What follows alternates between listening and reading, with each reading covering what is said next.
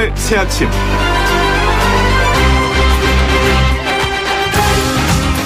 홍콩 시위가 날로 격화되는 모습입니다. 대학생이 시위 도중 추락해 내사 상태에 빠졌다가 사망했고, 한 남성은 시위 도중 경찰이 쏜 총에 맞기도 했습니다. 이에 홍콩 시위대는 언쟁을 벌이던 친중 성향 남성의 몸에 불을 붙이기도 했죠. 참으로 내전을 방불케 할 만큼 큰 혼돈이 일어나고 있는 겁니다. 도심 지하철역 여러 곳이 폐쇄됐고 초등학생들마저 학교에 가지 못합니다. 벌써 6개월이 되었지만 끝은 보이지 않고 이번 달 들어 체포된 시위자만 무려 500명을 넘어섰답니다. 캐리람 행정장관은 폭력 급진주에 굴복하지 않겠다고 말했고, 중국은 영국, 미국 등의 홍콩 문제에 간섭하지 말아라 라며 날을 세웠습니다. 하지만 외국인이 보기에는 얼핏 잘 이해되지 않는 홍콩인의 깊은 분노 속에는 시민의 의견이 한 번도 제대로 존중되고 반영된 적이 없다는 절망감이 깔려있다는 분석입니다. 5.18의 뼈아픈 경험을 가진 대한민국 국민이기에 오늘의 홍콩 사태가 더욱 안타깝게 느껴지네요. YTN 라디오 노영의 출발 새 아침, 지금부터 시작하겠습니다.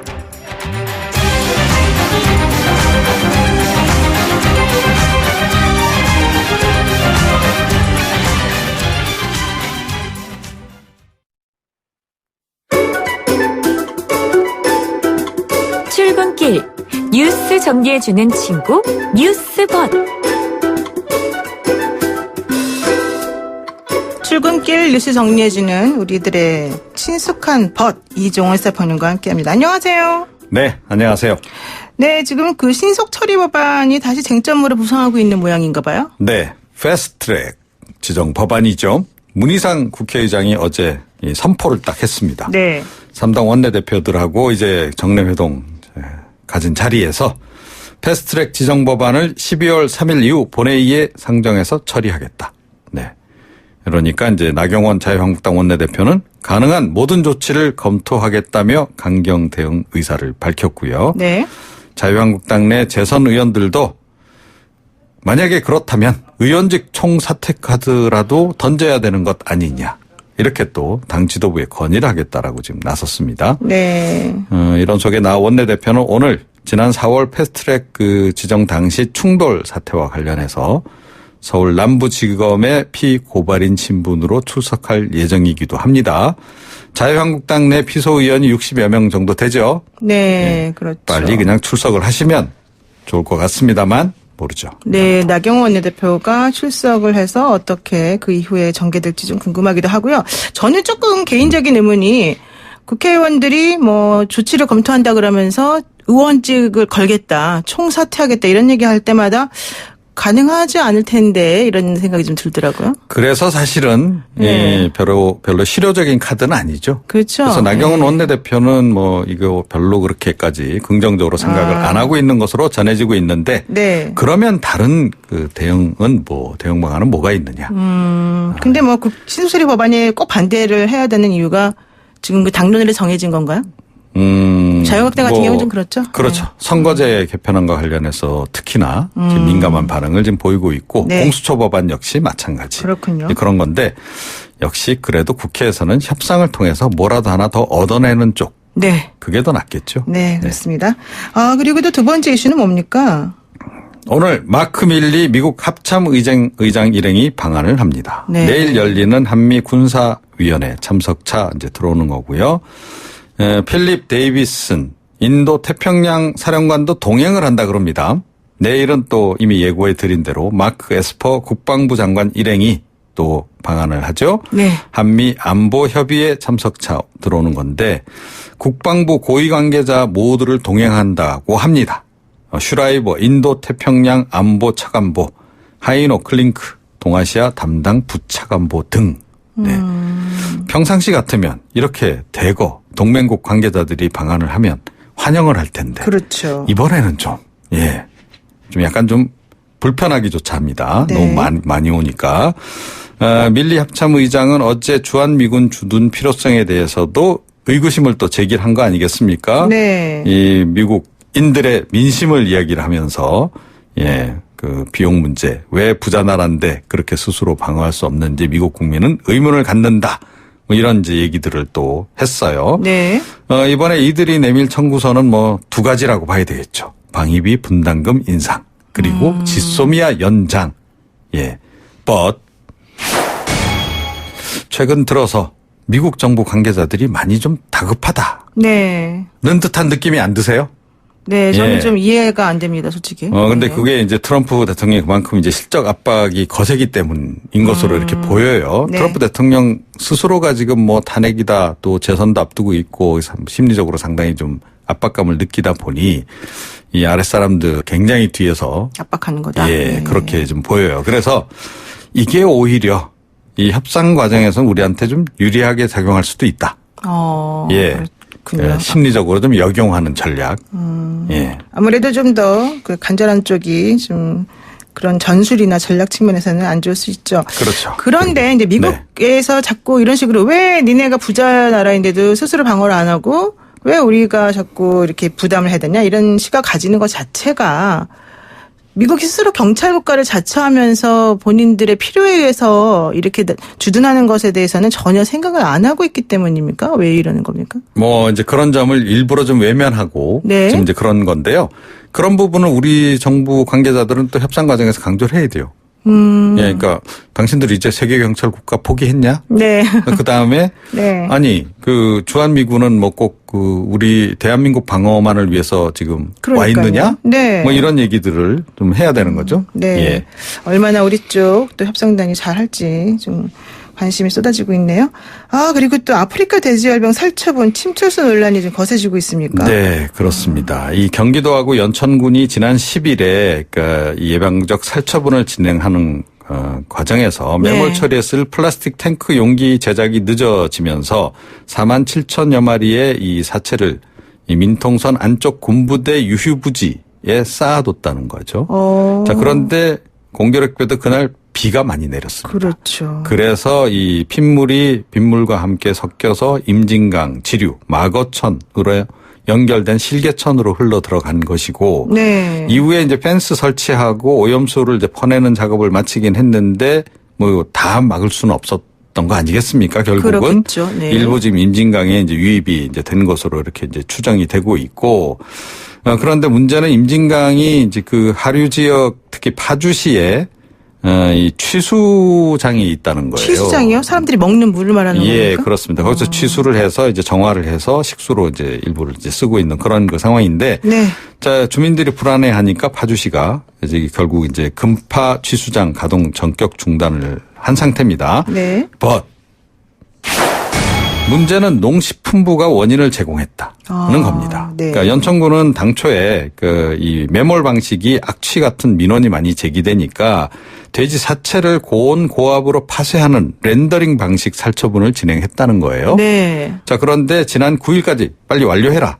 이렇게 농식품부가 독촉을 하면서 지난 7일부터는 시간이 덜 드는 매몰 방식으로 급히 변경을 했다는 거죠. 아, 그렇군요. 그래서 이제 이번 사태가 이제 벌어진 거라서 네. 예, 농식품부도 지금 예, 책임을 피해갈 수 없는 상황이 돼버렸습니다. 저희가 그 아프리카 돼지열병 살처분 침투수 논란 관련해 가지고는요. 지금 따로 코너를 마련했으니까 조금 이따가 자세한 내용 한번 인터뷰를 통해서 들어보도록 하겠습니다. 오늘은 여기까지 듣겠습니다. 고맙습니다. 네.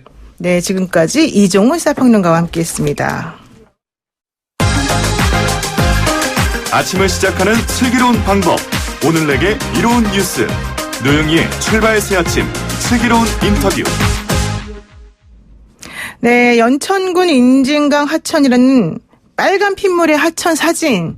혹시 이걸 보신 분들이 있으신지 모르겠는데요. 이게 진짜냐 합성이냐 두 눈을 의심하게 되는 상황이었습니다. 아프리카 돼지열병 살처분 작업에서 흘러나온 돼지 사체의 핏물이 이렇게 빨간 하천을 만들어낸 건데요. 이 일로 임진강 지류 하천이 오염되는 사고도 났다고 하죠. 어떤 상황인지 한번 저희가 자세히 알아보려고요.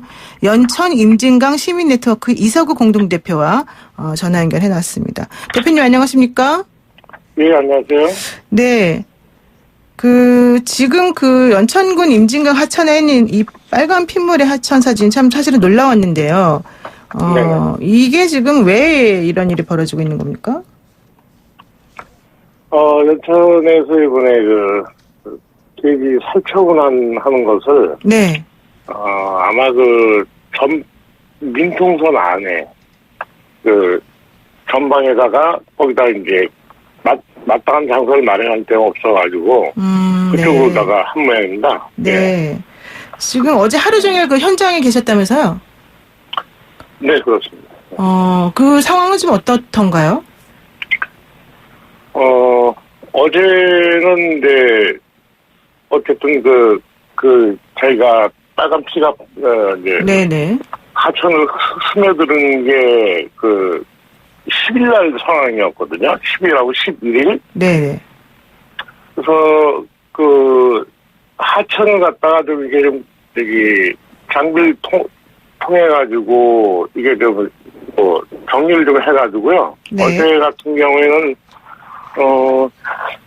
민통선 안쪽에는 제가 못 들어가 봤고요. 네. 출입을 이제 할 수가 없어가지고요. 그렇죠. 밖에는 많이 그 부분을 갖다가 좀 정리를 해가지고 물은 좀 비교적 깨끗한 물이 좀 흐르고 약간의 흙탕물과 거품이 좀 쌓여있는 상태입니다. 아, 그랬군요. 그러면은 지금 이런 그 상황 자체를 막기 위한 조치나 이런 것들이 좀 효과적으로 이루어진 겁니까, 일단은? 지금 그 뒤로부터는 어쨌든 하천에서 이걸 제거하기 위해서 포 같은 거하고 거품 같은 걸 하기 위해서 일단은 막아섰는데 네. 실효성이 있을지 모르겠습니다. 아, 실효성에 대해서는 조금 의심의 여지가 있다 이렇게 보시는군요. 네, 어쨌든 그때 이 하천이 그렇게 되게 스며들어가지고 네. 겉에하고 외부 같은 걸 좀 정리해주는 그런 작업을 어제는 하는 것 같았습니다. 그리고 내부에서는 아마 쌓여뒀던 저희 사체들을 그래서 묻는 작업을 갖다가 하고 있었겠죠. 그 안에는 어제 들어가 보지 못했습니다. 아, 그러셨군요. 근데 이런 네. 것 때문에 혹시 그 상수원에 영향이 있는 건 아닌지 걱정이 됩니다. 왜냐하면 사람들이 먹어야 되는 거니까, 물이요. 네, 가장 중요한 부분이 바로 그 부분이죠. 네. 거기는 마거천이라는 이 매몰하는데 바로 옆으로다가 물이 흘러서 발견된 지점이 현장에서부터 약 150m 정도 되는 옆에 그 하천이 그렇게 빨갛게 된 네. 거거든요. 네.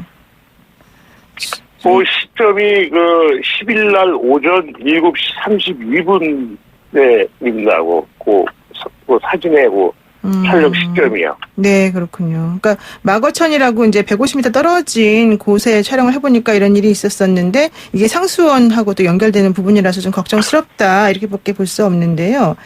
그렇죠. 불과 인증하고 10km 범위니까 취수장하고 그 현장하고 10km 범위니까 어차피 그 물이 흘러서 그쪽 취수장까지 도달했다고 보는 거죠. 아, 그렇군요. 근데 지금 이 얘기가요. 그 살처분을 진행하면서 매몰 처리에 쓸 플라스틱 제작 용기가 네. 용기를 만들어내는 작업이 늦어지니까 돼지 사체를 일단 민통선 안에 있는 군 부대에 이렇게 트럭에 쌓아뒀다가 이게 비가 이렇게 흘러내리면서 좀 이런 일이 벌어진 거 아니겠습니까? 뭔가 좀 약간 차이가 있는 게 사실은 비가 오기 전에 사진을 촬영한 시점은 예. 비가 오기 전에 지난 일요일 날 10일 오전 7시 32분이기 때문에 비는 그날 밤에 왔거든요. 네, 7시 그렇죠. 넘어서. 예. 그러니까 그거는 비하고는 이 상황이 벌어진 상황에서는 비하고는 관련이 없다고 보는 게 맞습니다. 그러니까 지금 우리들이 파악하기로는 그렇게 이제 돼지 사체를 쌓아놨는데 비가 많이 내려서 빗물에 흘러가지고 이런 일이 벌어진 거다라고 생각했는데 그게 아니다. 사진으로는 비가 오기 전의 사진이기 때문에 다른 식의 원인이 있을 수 있다. 이렇게 좀 보시는군요. 네, 제가 생각하는 원인은요. 네, 뭘까요, 그러면? 그쪽에다가 그냥 야적을 시켰습니다. 왜냐하면은 너무 많이 이게 순식간에, 짧은 시간에 많은 물량인데 들어오면서 그렇죠. 예. 작업을 하고 있는데 그 옆에 약 한 50여 미터 정도를 높이 한 5, 6미터 정도, 그 정도 되는 높이를 다 돼지 사체가 다 쌓여 있어요. 네. 저는 처음에 이거 봤을 때 저게 뭔가 다른 저긴 줄 알았는데 자세히 확인해 보니까 돼지 사체인 거예요. 앞치는 말도 못하고. 네네. 그러다 보니까 기본적으로 그런 부분을 갖다가 예를 들면 사람도 네. 압살을 한다고 그러죠. 만약에 살아있는 사람이라고 하더라도. 네. 그게 한 5, 6m 높이로다가 이 샘물에 쌓여 있으니까 그게 비록 그 사체라고 하더라도 그 압력 때문에 그 밑에 깔린 그런 데서 그 사체들한테서 피가 흘러나오게 된 거죠. 원래 저 방식으로 현재 이 살처분을 하면은 피가 나지 않게끔 그렇게 하는데 그게 의문점이었는데 네, 결국 그렇게 쭉 쏴두니까 그 하천 인근 하천 바로 옆이니까 흘러내려가지고 그게 핏물이 보이게 된 겁니다. 그러니까 이제 빗물에 의해서라기보다도 워낙 이 살처분된 돼지가 많다 보니까 그럼요. 이런 일이 벌어진 예. 거다 이렇게 되는군요. 그런데 제가 만약에 10일 날 오전 7시 사진인 이게 확인이 안 됐으면은 네네. 그 핑계를 댈 수도 있겠죠.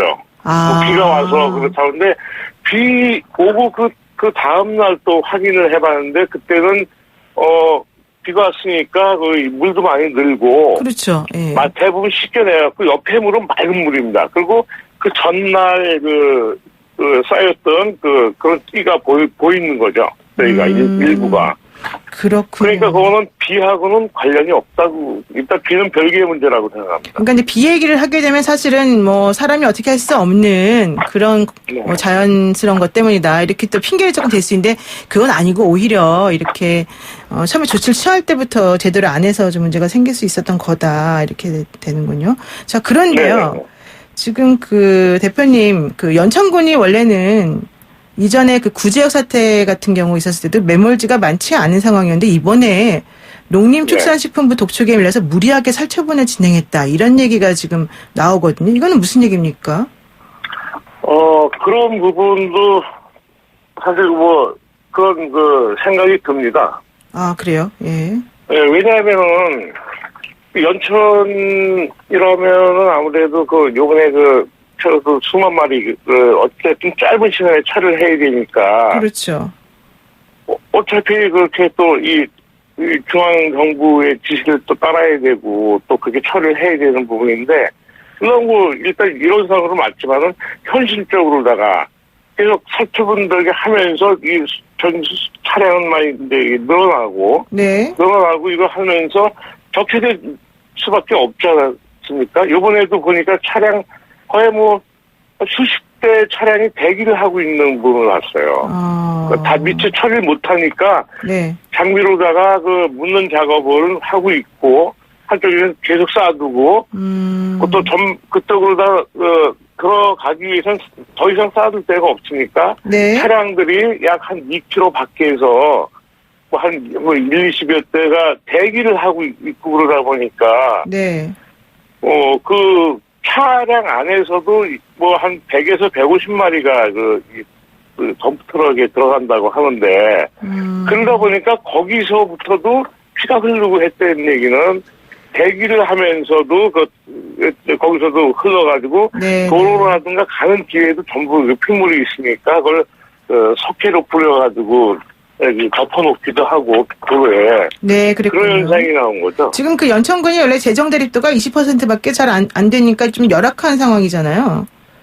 그러면 상당히 그동안에 또 접경지역이고 한 부분이라 특히 연천 지역은 그동안에 너무 많은 안보의 희생적인 그런 부분이고 오랫동안 그런 부분을 불이익을 많이 당했던 그런 지역인데다가 중앙정부에서 이번 저기를 하는 거는 사실은 어린아이한테 알아서 뭘 주면서 이걸 좀 하라고 어른이 지시하는 것 같은 그런 생각이 드는 거예요. 만약에 연천군이 열심히 처리를 갖다 한다고 노력을 해도 불가항력으로다가 이런 경우에 짧은 시간에 저기하고 인력도 저기하고 이런 현상이 있었던 것 같습니다. 그러니까 중앙정부 같은 데서는 그냥 지시만 내리고 점검이나 하고 보고나 받고 직접 만일에 나서서 이걸 좀 도와주거나 거들어주고 좀 더 했었으면은 이런 사태가 좀 방지가 되지 않았을까 이런 생각이 좀 듭니다. 그렇군요. 그러니까 이제 지자체의 실정을 정확히 좀 파악을 해서 좀 네네. 이런 조치를 취해야 되는데 너무 무리하게 밀어붙인 결과가 이렇게 나왔다 이런 얘기인데요. 지금 사실은 그리고 또, 예. 예. 말씀하십시오. 예. 그리고 또 자치단체의 그 연천군 입장에서도 또 위에서 지시를 하고는데 또 상급 그런 적인 기관이니까 네. 또 그대로다가 또 저기 하려고 노력을 많이 해도 불가항력이라는 게 있지 않습니까? 그게 지금 그 연천군에서 뭐 입장 같은 게 나온 게 있습니까? 연천군에서 입장도 뭐 공식이든 비공식이든. 이해가 안다고 생각합니다. 자기들도 그런 저기니까 어쨌든 공직사회에서는 또 여기에서 지시한 대로 네, 따라야 네, 되고 네. 하다 보니까 네. 그걸 맞추다가 하는데도 한계는 있다고 생각합니다. 그러니까 뭐 상황은 인정을 하지만 어쩔 수 없는 그런 상황이었다 이런 얘기 같아요. 자, 그런데요. 네. 그렇다면 이제 지금 연천군 민통선 안에서 농사 짓는 분들 피해도 사실은 심각한 상황인 것 같은데 앞으로 어떤 식으로 이제 해야 될까요? 앞으로 그런 부분은 그러니까 좀 매뉴얼 같은 것도 좀 부족하다고 생각이 드는 게요. 매뉴얼이요. 네. 예. 상식적으로다가 우리 일반인 상식에도 그런 식으로다가 야적을 해놓고 만약에 게 똑같은 일이 발생했다 치더라도 네네. 그러면 이런 일이 될 거는 좀 느껴지는데 네. 예를 들어서 그분들이 만약에 이걸 넓게 저기 해가지고 좀 위에 압력을 안 받게끔만 싸도 일단 이런 사태는 좀 없었을 것 같고요. 네. 구체적인 그런 매뉴얼이 좀 이렇게 짜져 있었으면 그대로만 적용했어도 아마 좀 이런 게 없었지 않을까 생각이 드는데 네네. 또 당장 일을 처리해야 되는데 그런 데 대한 이 의지라든가 뭐 이런 부분이 좀 부족하다 보니까 아무래도 그렇군요. 네, 네, 그러니까 그런 것 중앙정부가 같습니다. 지침만 내릴 것이 아니라 그 지자체의 실정을 좀 파악을 하고 제대로 된 매뉴얼을 통해서 했으면 좋았겠다 네. 이런 얘기입니다. 예, 오늘 말씀 여기까지 듣겠습니다. 고맙습니다. 네, 감사합니다. 네, 지금까지 연천 임진강 시민네트워크 이석호 공동대표와 이야기 나눠봤습니다. 친절한 시사, 시원한 통찰, 노영희의 출발 새 아침, 슬기로운 인터뷰.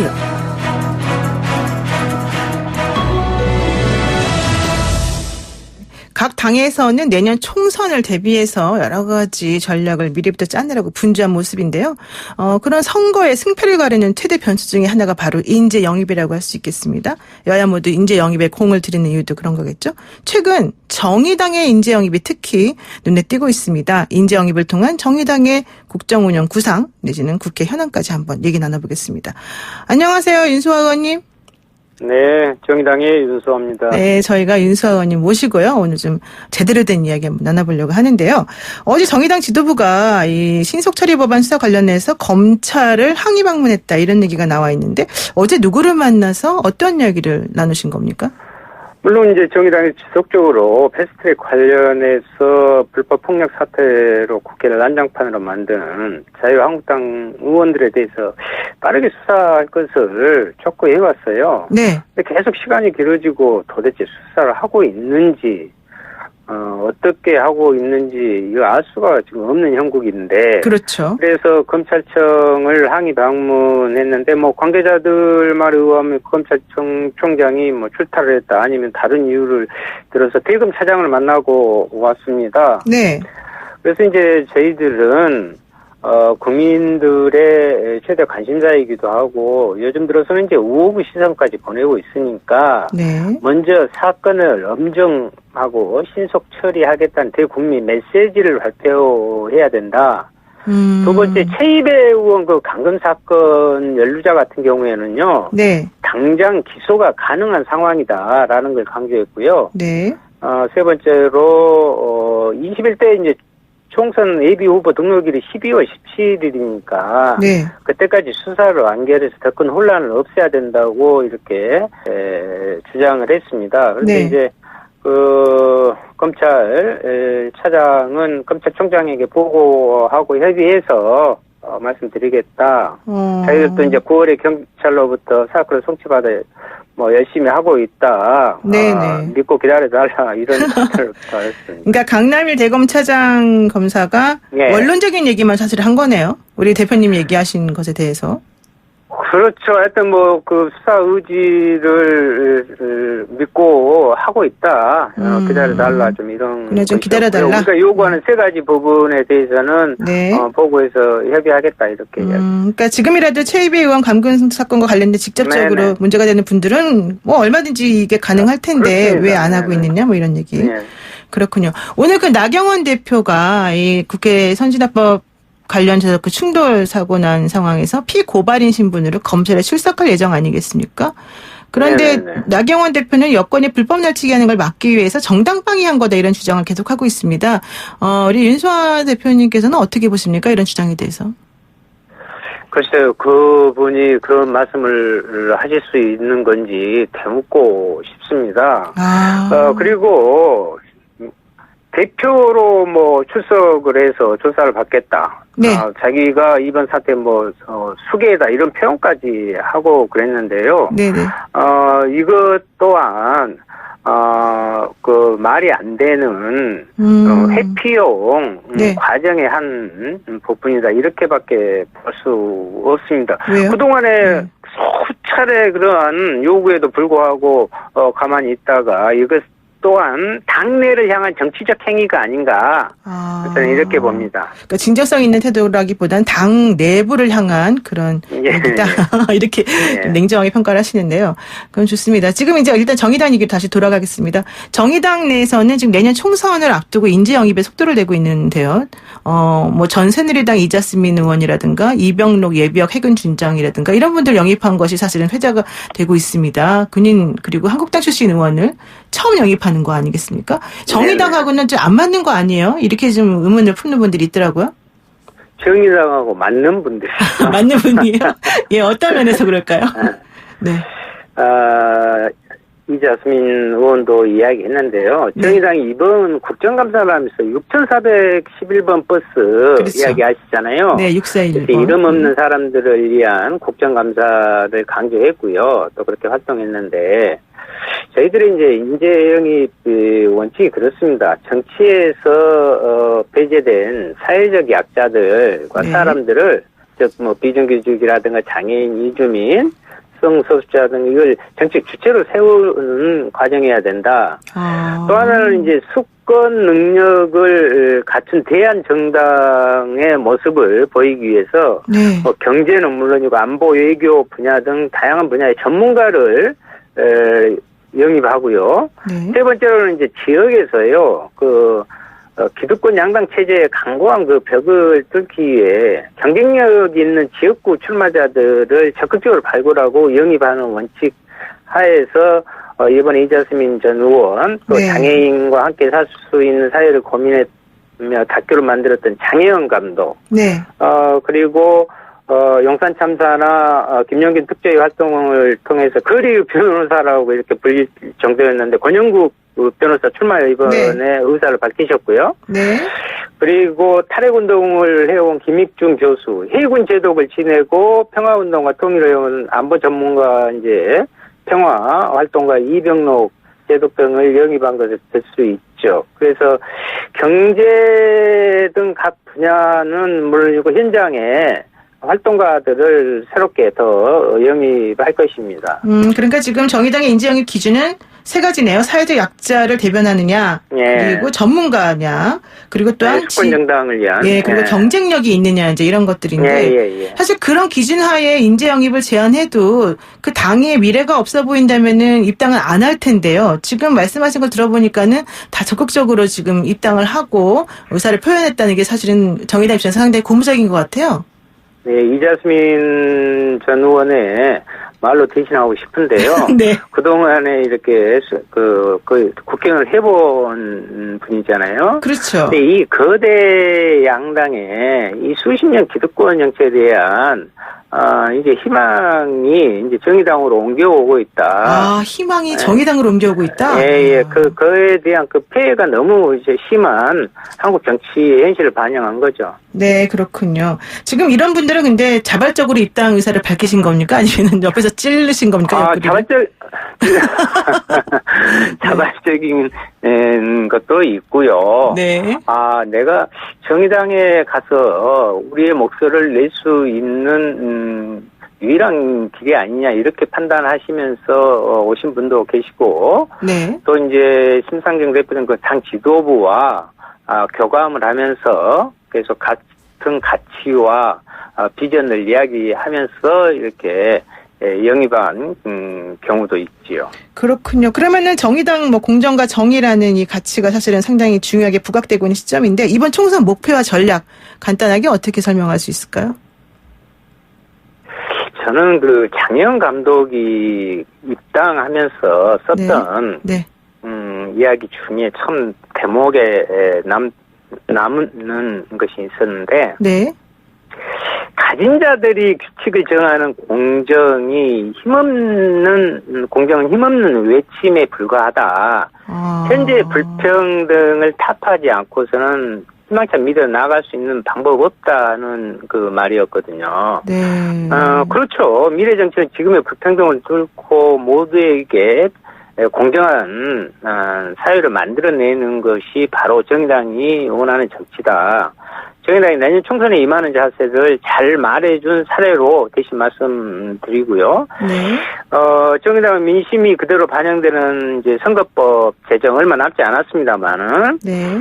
그리고 정기국회 내에 국회의 각종 특권을 폐지하는 것으로 국회를 개혁하는 방안까지 같이 성사시켜서 국민의 국회를 만들어 나갈 예정입니다. 지금 그러니까 장애인 인권 활동가인 장혜영 다큐멘터리 감독을 영입하면서 그분이 얘기하고 있는 그 공정과 정의라고 하는 키워드가 네네. 무엇인지를 정의당에서는 조금 부각시켜서 해보겠다. 이런 네네. 얘기죠. 근데 그렇다면요. 사실 이제 내년 총선에서 결국 승리하는 것이 급선무일 텐데요. 지금 그래서 바로 문제가 되는 게 바로 연동형 비례대표제에 대한 네. 관심 아니겠습니까? 그래갖고 지금 심상정 대표 같은 경우에는 조금 10% 정도 의원수를 늘려서라도 이걸 꼭 통과시켜야 되겠다라는 얘기를 했는데 사실 국민 정서는 의원이 뭐 하는 일이 있다고 10% 늘리냐 뭐 이런 얘기도 나왔단 말이에요. 이 좀 약간 딜레마 아니에요? 정의당 입장에서? 우선요, 그동안 자유한국당에게 함께 논의하자고 얼마나 많이 제안하고 했습니까? 그런데 그 많은 시간 동안 자유한국당은 솔직히 아무것도 하지 않았습니다. 오히려 난데없는 어깃장만 계속 놓고 있었죠. 네. 이건 우리는 뭐 할 생각이 없다. 끌고 가라는 또 다른 반증 아닌가요? 저는 그렇게 받아들였는데요. 예. 네. 물론 아직도 자유한국당이 좀 자세를 바꿔서 같이 했으면 좋겠는데요. 그렇지 않으면 패스트트랙을 지금까지 추진했던 정치 세력끼리 네. 일정을 밟아갈 수밖에 없는 상황입니다. 요즘 그런 분위기로 지금 돌아가고 있고요. 네. 시간도 얼마 남지 않았으니까요. 네네. 그리고 이제 앞서서 말씀하셨던 의석수 확대 문제는 네. 다른 그런 그 지역구 축소 문제 때문에 여기에 소극적인 자유한국당이 됐던 타 당이 됐던 이러한 부분들의 의견이 있다면 그런 부분까지 같이 고민해보자 하는 것이지 정의당이 무조건 늘려서 이 문제를 해결하자 하는 것이 아니라 기자간담회에서 나온 부분이고요. 네. 물론 이제 300석이라는 내에서 225, 75라는 네. 그동안에 같이 합의를 해서 지금 안은 올라가 있잖아요. 네네. 그 안이 아쉽긴 하지만 그 안으로 합의를 해서 처리하는 것이 가장 좋은 방법이라고 생각합니다. 그리고 사실 240대 60 또 새롭게 제안한 것도 이제 가능성이 있다 이렇게 보시긴 한 것 같은데요. 자, 마지막으로 질문 하나만 여쭐게요. 그 나경원 한국당 원내대표가 내년에 예산이 514조라고 하는 슈퍼 예산인데 여기에 대해서 14조 5천억을 깎겠다 이렇게 밝혔단 말이에요. 그런데 윤소아 대표께서는 재정 확대를 해야 된다라고 오히려 반박을 하셨거든요. 이거 어떻게 보세요? 예. 누가 이길까요? 예산을 이렇게 대안은 네. 태도부터가 틀렸고요. 아, 태도부터 틀렸다? 예. 아니, 이제 재정 확장 정책이라는 부분들은 우리의 지론인데요. 네. 어떤 항목이 얼마만큼의 문제가 있으니까 낭비다, 이것을 깎겠다, 이런 것들이 아니라, 네. 500조를 넘기면 안 되니까 14조 5천원을 깎겠다. 이게 말인지 어쩐지 잘 모르겠습니다. 네. 국가 예산을 가지고, 네. 물것과 평정하던 하는 식으로 이렇게 해서는 안 되고요. 네. 우리나라의 국내 총생산 대비 정부 부채 규모는 OECD 32개국 중에서 4위 수준으로 네. 양호한 편이에요. 네네. 그렇기 때문에 이 어려운 시기에는 적극적으로 좀 확장 재정을 펼쳐서 경기를 활성화하자는 것이 네. 국제 기구들의 한결같은 주문이 있고 정의당의 또 주문이기도 합니다. 그러나 네네. 예산을 살피려면 오히려 내용을 더 꼼꼼히 살펴서 네. 제대로 쓰이게 하는데 예산 심의를 해야겠죠. 그래서 내일은 정의당에서 5대 중점 예산 과제를 발표할 생각입니다. 그렇군요. 물건 깎는 것도 아니기 때문에 내용을 보고 얘기해야 된다. 네. 네, 오늘 말씀 여기까지 듣겠습니다. 고맙습니다. 네. 네, 지금까지 정의당의 윤수아 원내대표와 함께했습니다. FM 94.5MHz YTL 라디오 노영의 주발새 아침 8시 10분에 돌아오겠습니다.